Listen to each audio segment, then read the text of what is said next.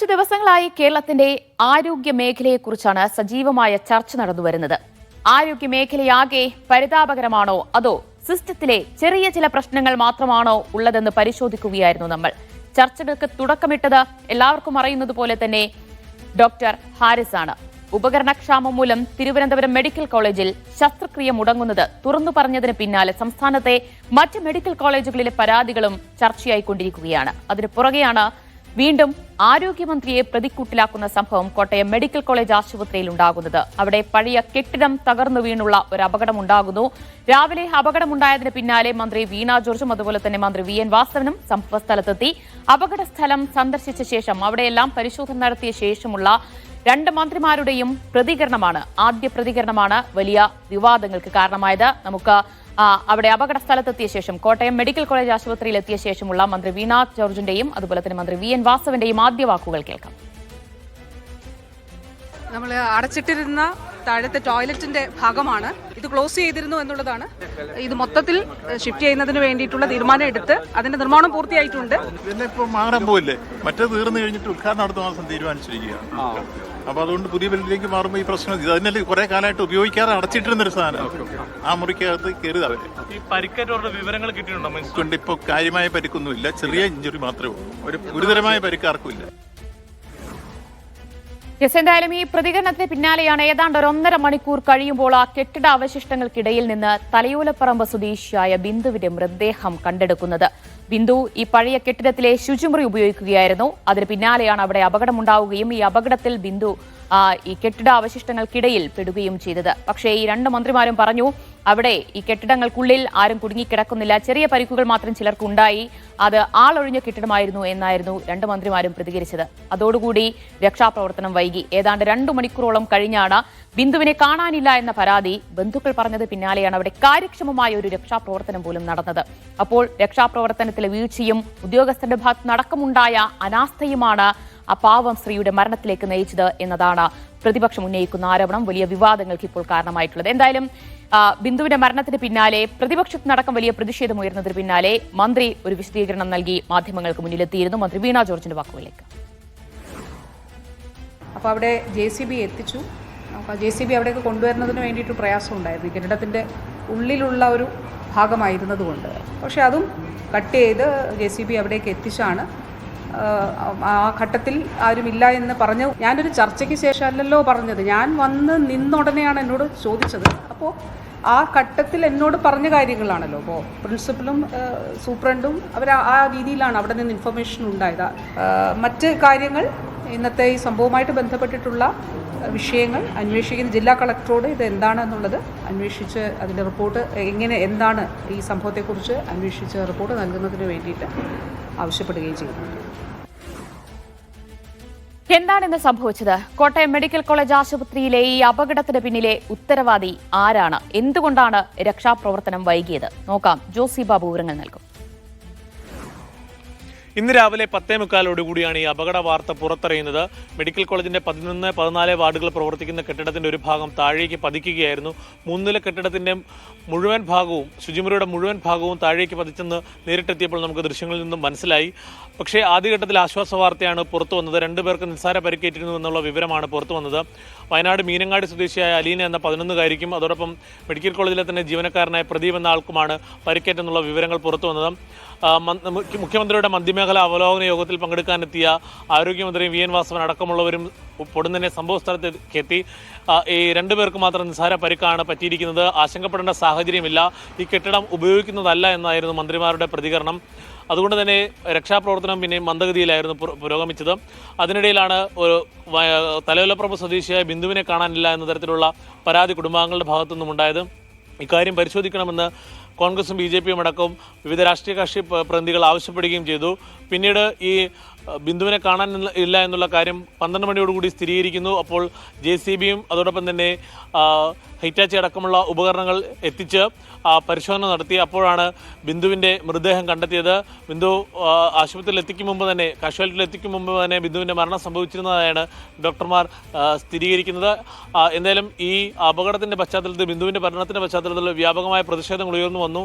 മന്ത്രിമാരുടെ തെറ്റിദ്ധരിക്കപ്പെടുന്ന തരത്തിലുള്ള പ്രതികരണങ്ങളാണ് രക്ഷാപ്രവർത്തനം വൈകാൻ ഇടയാക്കിയത് ബാധിക്കുന്നുള്ള കാണിച്ചുകൊണ്ട് വിവിധ പ്രതികരണങ്ങളും പ്രതിഷേധങ്ങളും ഉയർന്നു വന്നു. എന്തായാലും ഇതുമായി ബന്ധപ്പെട്ടുകൊണ്ട് പിന്നീട് ആരോഗ്യമന്ത്രി വീണ ജോർജും മന്ത്രി VN വാസവൻ അടക്കമുള്ളവർ ഒരുമിച്ച് സൂപ്രണ്ടിന്റെ സാന്നിധ്യത്തിൽ വാർത്താ സമ്മേളനം വിളിച്ചു. പ്രാഥമികമായി ലഭിച്ച വിവരങ്ങളാണ് ആദ്യം പങ്കുവച്ചെന്നുള്ള കാര്യമായിരുന്നു അവർ പങ്കുവച്ചത്. എന്നാൽ ഈ മന്ത്രിമാരുടെ ഈ വാദങ്ങൾ അംഗീകരിക്കാൻ കഴിയില്ല എന്ന് കാണിച്ചുകൊണ്ട് സംസ്ഥാനത്തുടനീളം പ്രതിഷേധങ്ങളുണ്ടായി. മെഡിക്കൽ കോളേജ് ക്യാമ്പസിൻ്റെ അകത്ത് യൂത്ത് ലീഗിൻ്റെയും യൂത്ത് കോൺഗ്രസിൻ്റെയും KSUവിൻ്റെയും BJPയുടെ അടക്കം പ്രതിഷേധമുണ്ടായി.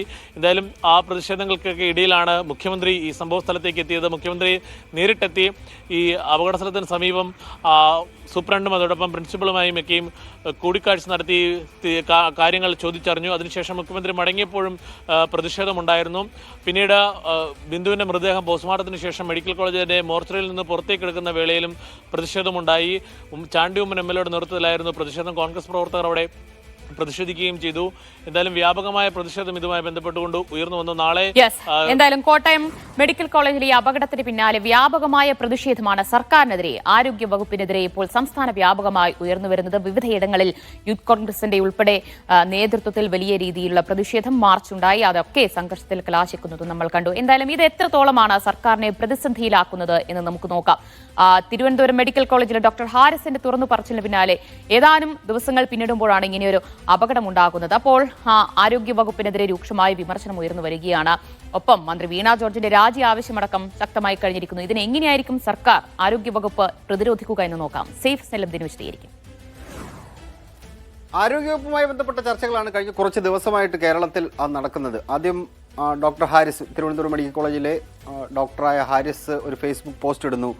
സർജറിക്ക് ആവശ്യമായ ഉപകരണങ്ങൾ കിട്ടുന്നില്ല എന്ന തരത്തിൽ അദ്ദേഹം ചില വിമർശനങ്ങൾ ഉന്നയിക്കുന്നു. അതിന് പിന്നാലെ തന്നെ സംസ്ഥാന സർക്കാരിൻ്റെ സംവിധാനങ്ങളാകെ ഉണർന്ന് പ്രവർത്തിച്ചുകൊണ്ട് അദ്ദേഹം എന്താണോ പറഞ്ഞത് അതുമായി ബന്ധപ്പെട്ട കാര്യങ്ങൾ ആവശ്യത്തിലധികം എത്തിക്കാൻ വേണ്ടിയുള്ള ശ്രമങ്ങൾ നടത്തുന്നു.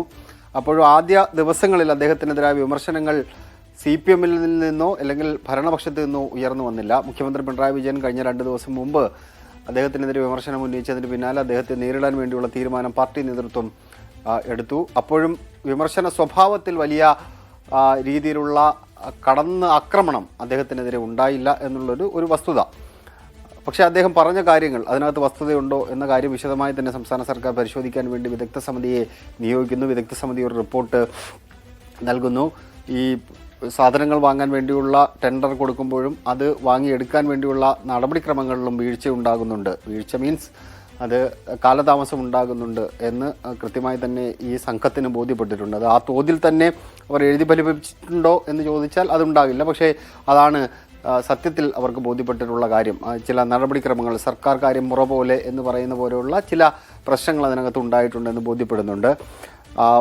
മുഖ്യമന്ത്രിയും അതുപോലെ തന്നെ പാർട്ടി സെക്രട്ടറിയും ദേശാഭിമാനിൽ എഴുതിയ ലേഖനത്തിലടക്കം വിമർശനം ഉന്നയിച്ചതോടുകൂടി ബ്യൂറോക്രസിയാണ് വിമർശിച്ചത്, സർക്കാരിനെ അല്ലെങ്കിൽ മന്ത്രിയെ അല്ല വിമർശിച്ചത് എന്ന് പറഞ്ഞുകൊണ്ട് അദ്ദേഹം രംഗത്ത് വരികയും ചെയ്തിട്ടുണ്ട്.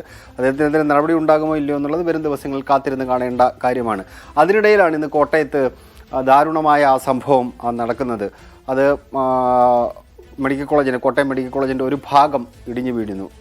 ആദ്യഘട്ടത്തിൽ അവിടെ എത്തുന്ന അപ്പോൾ ഇന്ന് കോട്ടയം ജില്ലയിലെ മേഖലായോഗത്തിൻ്റെ ഭാഗമായിട്ട് മുഖ്യമന്ത്രിയും മന്ത്രിമാരും എല്ലാം അവിടെ തന്നെ ഉണ്ടായിരുന്നു. ഈ സംഭവം ഉണ്ടായതിന് പിന്നാലെ തന്നെ കോട്ടയത്തു നിന്നുള്ള മന്ത്രി VN വാസവനും അതുപോലെ തന്നെ ആരോഗ്യമന്ത്രി വീണ ജോർജ് അവിടെ എത്തിച്ചേരുന്നു. അവർ രണ്ടുപേരും എത്തിച്ചേർന്നതിന് ശേഷം ആദ്യം നടത്തിയ പ്രതികരണമാണ് ഇപ്പോൾ വലിയ ചർച്ചകൾക്ക് വഴിവെച്ചിരിക്കുന്നത്. അവിടെ അത് ഉപയോഗിക്കാതിരുന്ന സ്ഥലമാണ്, അത് പൂട്ടിയിട്ടിരുന്ന സ്ഥലമാണ്, കെട്ടിടമാണ്, അത് ഉപയോഗശൂന്യമായിട്ടുള്ള സ്ഥലമാണ്, അത് പൊളിച്ചു നീക്കാൻ വേണ്ടി ശ്രമിച്ചതാണ്, അവിടെ ആരുമില്ല എന്നൊരു വാചകം ഈ മന്ത്രിമാരുടെ ഭാഗത്ത് നിന്ന് ഉണ്ടാകുന്നു. പിന്നീട് നമ്മൾ കേൾക്കുന്നത് അവിടെ നിന്ന് ഈ കെട്ടിടത്തിൻ്റെ അടിയിൽ നിന്ന്, പൊളിഞ്ഞു വീണ കെട്ടിടത്തിൻ്റെ അടിയിൽ നിന്നൊരു സ്ത്രീയെ കിട്ടി എന്നുള്ളതാണ്. ആദ്യഘട്ടത്തിൽ അത് പരിശോധിക്കാം അല്ലെങ്കിൽ പരിശോധിക്കുന്നു, അത് പരിശോധിക്കണം എന്ന നിർദ്ദേശം മന്ത്രിമാർ നൽകിയിരുന്നുവെങ്കിൽ, ഈ 2 മന്ത്രിമാരും നൽകിയിരുന്നുവെങ്കിൽ ഒരുപക്ഷെ കുറച്ചുകൂടി കാര്യക്ഷമമായ ഇടപെടൽ ഈ രക്ഷാപ്രവർത്തനം നടത്തുന്ന ഫയർഫോഴ്സ് അടക്കമുള്ള അവരുടെ ഭാഗത്ത് നിന്ന്, പോലീസ് അടക്കമുള്ള ഭാഗത്ത് നിന്ന് ഉണ്ടാകില്ലായിരുന്നോ എന്നുള്ള ചോദ്യം നിലനിൽക്കുന്നുണ്ട്. അവരെ രക്ഷപ്പെടുത്താൻ വേണ്ടി എന്തെങ്കിലും ശ്രമങ്ങൾ അവരുടെ ഭാഗത്ത് നിന്ന് ഉണ്ടായിരുന്നെങ്കിൽ ഒരിറ്റ് ശ്വാസം അവസാനം നിലയ്ക്കുന്നതിന് മുമ്പ് രക്ഷപ്പെടുത്തിക്കൂടായിരുന്നോ എന്നുള്ള ചോദ്യം സ്വാഭാവികമായിട്ടും പൊതുസമൂഹത്തിന് മുന്നിൽ നിന്ന് ഉണ്ടാകും. ആ ചോദ്യമാണ് സംസ്ഥാന സർക്കാരിന് മുന്നിൽ ഇപ്പോൾ നിലനിൽക്കുന്നത്. ഒരു മന്ത്രിമാരുടെ ആ വാക്കിന് പിന്നിൽ, ആ വാക്ക് പറഞ്ഞതിന് പിന്നാലെ ഉദ്യോഗസ്ഥ വൃന്ദം മൊത്തത്തിലൊന്ന് തണുത്തോ എന്നുള്ള ചോദ്യം സ്വാഭാവികമായിട്ടും ഉണ്ടാകും.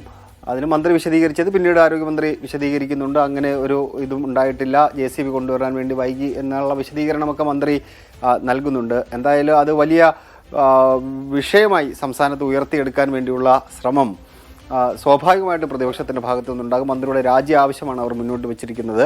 CPM നേതൃത്വം അതിനോട് ഇതുവരെ പ്രതികരിച്ചിട്ടില്ല. ഈ വിഷയത്തിന്റെ പേരിൽ രണ്ട് പ്രധാനപ്പെട്ട തെരഞ്ഞെടുപ്പുകൾ വരാനിരിക്കുകയാണ്. തദ്ദേശ തെരഞ്ഞെടുപ്പ്, നിയമസഭാ തീർച്ചയായും അതാണ്. തദ്ദേശ തെരഞ്ഞെടുപ്പ് വരുന്നു, അത് കഴിഞ്ഞാൽ അടുത്ത വർഷം നിയമസഭാ തെരഞ്ഞെടുപ്പായി. ഇതിനോടകം തന്നെ സർക്കാരിനെതിരെ ഉപയോഗിക്കാൻ കഴിയുന്ന എല്ലാ ആയുധങ്ങളും പ്രതിപക്ഷം എടുത്തുപയോഗിക്കുന്നുണ്ട്. ഇപ്പോൾ അവർക്ക് ഒരവസരം കിട്ടിയിരിക്കുകയാണ് എന്ന് തന്നെ പറയേണ്ടി വരും. എന്തായാലും ശക്തമായ പ്രതിഷേധത്തിലേക്ക് പ്രതിപക്ഷം കടക്കും. അത് വരും ദിവസങ്ങളിലും ശക്തമായ പ്രതിഷേധം കോൺഗ്രസിന്റെ ഭാഗത്തുനിന്നും മറ്റ് പ്രതിപക്ഷ പാർട്ടികളുടെ ഭാഗത്തുനിന്നും ഉണ്ടാകുമെന്നതിൽ സംശയമില്ല. പ്രതിഷേധങ്ങൾ ഇനി എങ്ങനെയാകും സർക്കാർ നേരിടുക എന്ന് തന്നെയാണ് അറിയേണ്ടത്.